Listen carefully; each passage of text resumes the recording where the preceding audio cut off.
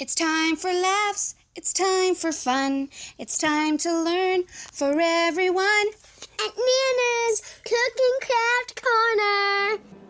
Hello and welcome back to Nana's Cooking Craft Corner. And on this video, I'm going to show you how to make this easy Crockpot spaghetti sauce. So let's get started. Okay, so we're going to start off with, I already pre-cooked the hamburger, and then I don't like all the fat in it, so I put it in a strainer and rinse it out with hot water.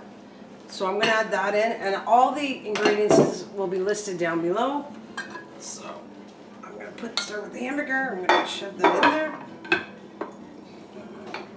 Like I said, it couldn't be more simpler. I've made homemade sauces, but you know, for somebody who doesn't cook, this is kind of an advice for somebody who wants a quick supper and doesn't cook.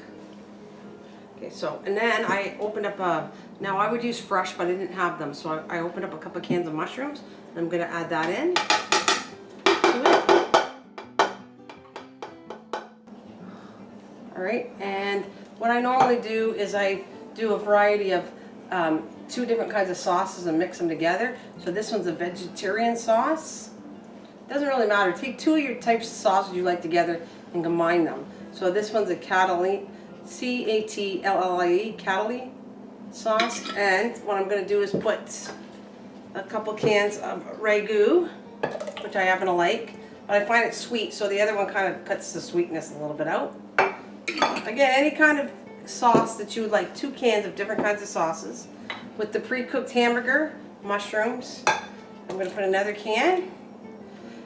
Okay, now, I like using onions. It's optional because a lot of people don't like onions. So I have my family coming over. I have some onions here. But I think I'm going to, I'll put just a little bit of it because some people don't like onions in it. But normally I would put probably a good amount if it was for people that didn't like onions. If they liked them, I would put probably a cup of onions in here. But because I got all my family coming over, and some of them don't like onions at all, so I'll cut back on the amount of onions. And I'm going to add a little bit of ground pepper in here, just a bit, and a little bit of salt. Just to taste. If you like pepper and a little spicy, just add more, and some salt.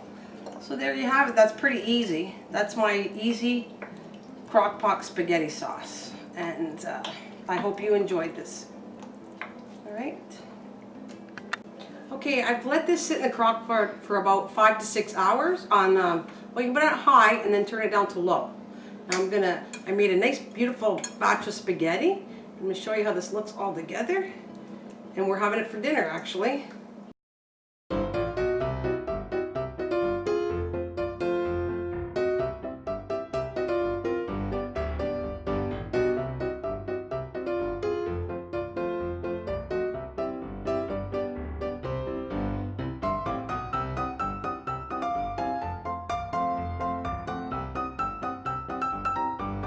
Because, you know, you can do it separately in a bowl, but I like doing it in my big bowl, and then everybody just helps themselves like a family style spaghetti dinner.